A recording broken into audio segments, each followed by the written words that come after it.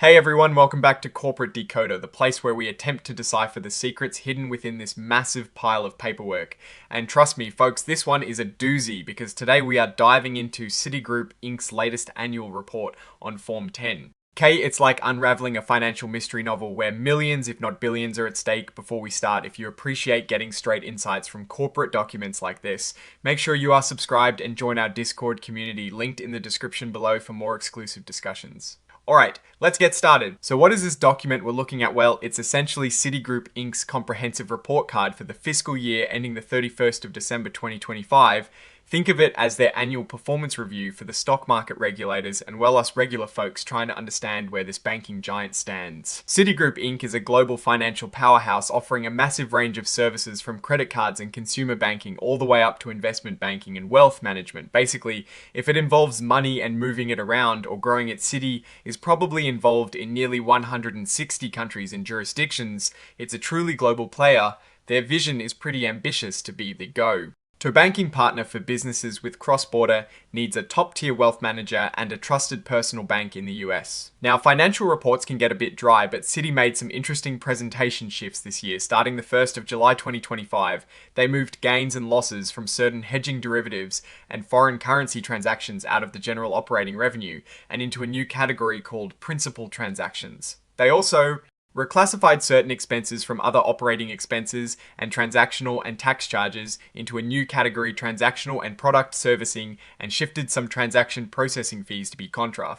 Revenue within commissions and fees, essentially tidying up how they report their income and expenses. Nothing too alarming here. It looks like they are trying to make the numbers easier to understand and compare across different periods. Like many big companies, Citi also uses GAAP financial measures. These are numbers they calculate themselves that exclude certain special items to give you an arguably clearer picture of their core business performance. For instance, they're excluding a loss on selling their Russian operations and goodwill impairment related to selling a stake in Banamex. Also, they highlight net income and earnings. Hair excluding these so-called notable items to show you what they think is the real picture of their business performance. This is super important for investors trying to see the underlying trends, not just the headline numbers. Let's jump into the financials for the year ended the 31st of December. These numbers are in millions of dollars, so remember to add those zeros for the real impact. Their total revenues jumped about 6% from last year to $85.2 billion. That is a pretty solid increase driven largely by interest income, which was up 11%. Good news there.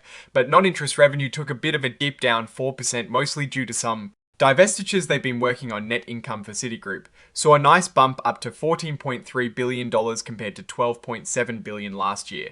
The key thing here is that this jump is after excluding those two big ones. Time items we talked about earlier, the Russia sale and the Banamex goodwill impairment. If you take those out, the net income actually jumped 13%, which is pretty good. Now expenses also went up a bit, 3% to $55.1 billion.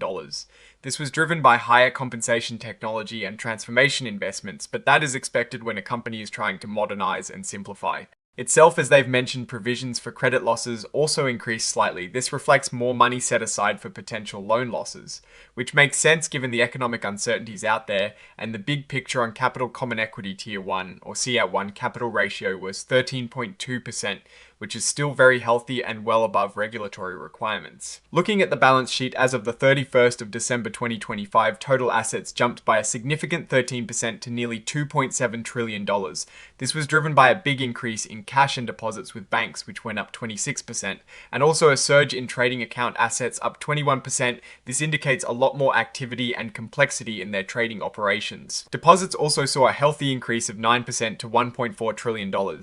This shows customers are still trusting Citi with their money, which is obviously crucial for any bank. On the flip side, loans also grew by 8% to $733 billion.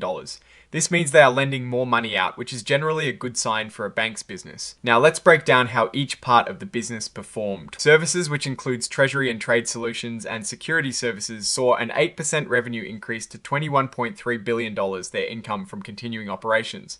Also grew nicely by 8%. This segment is doing well, driven by deposit growth and higher spreads, which means they're earning more on the money customers deposit. Markets also had a strong year. Revenues were up 11% to nearly $22 billion, their income.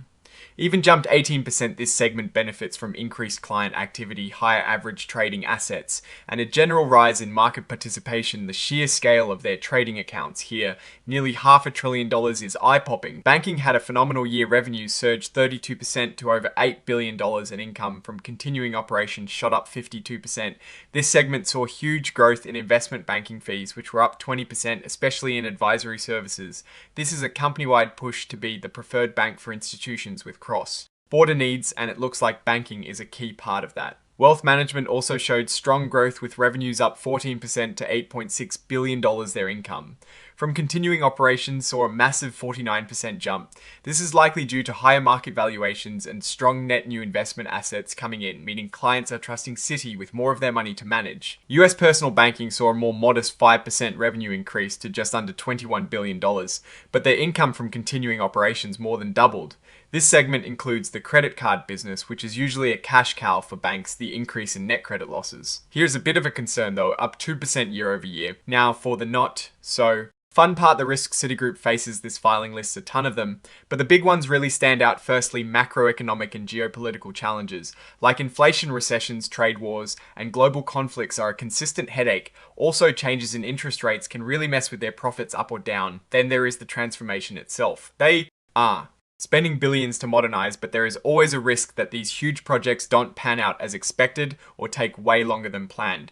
And let's not forget cybersecurity. The threat landscape is always evolving, and a major breach could be devastating. They've also got ongoing regulatory scrutiny, lots of consent orders to deal with from the FR, B and OCC, and any misstep here could mean huge fines or even restrictions on their business. A newer but increasingly important risk is climate change. This comes in two flavors: physical risks like natural disasters impacting property, and transition risks, like shifting regulations away from carbon-intensive industries, affecting asset values, so banks like Citi need to manage this too. On a more specific legal note, they disclosed a few transactions involving Iran and sanctioned entities, which they say were permissible under travel exemptions and general licenses. This is a complex area, and while they say it was allowed, it does highlight the constant tightrope financial institutions walk with international sanctions. Let's look at the actual numbers for their allowance for credit losses, or ACL as they call it, for the year ending December 2025. They had a net release of $30 million. It sounds like good news, but remember, this is a net number. There were significant builds and releases in different segments. The corporate ACL saw a build of $363 million, mostly due to changes in credit quality and macroeconomic outlook, but consumer loan had a net release due to improved credit performance. This is why looking at the segment details is so key. Analysis of financial condition and results of operations. The executive summary tries to paint a rosy picture, showing positive operating leverage for the second year in a row, revenue growth of 6%, and disciplined expense management, with expenses up only 3%. They returned a massive $17.6 billion to shareholders through buyback and dividends, and claim over 80% of their transformation programs are on track. But remember, this is their story they want to tell overall. So what is the verdict on Citigroup's 2025 report?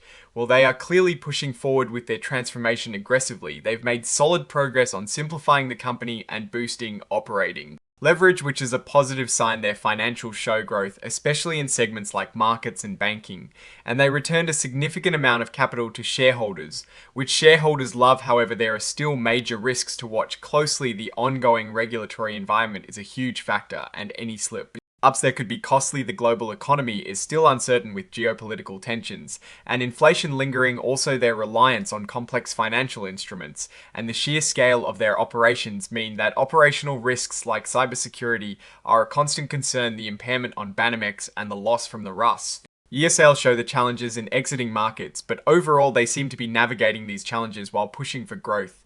This is a behemoth of a company, and while they've had their struggles, they are demonstrating resilience and a commitment to their long-term strategy. The numbers show improvement, but the risks are still very present. This is a company that operates on a different level of complexity, and their success hinges on their ability to manage those intricate global risks effectively.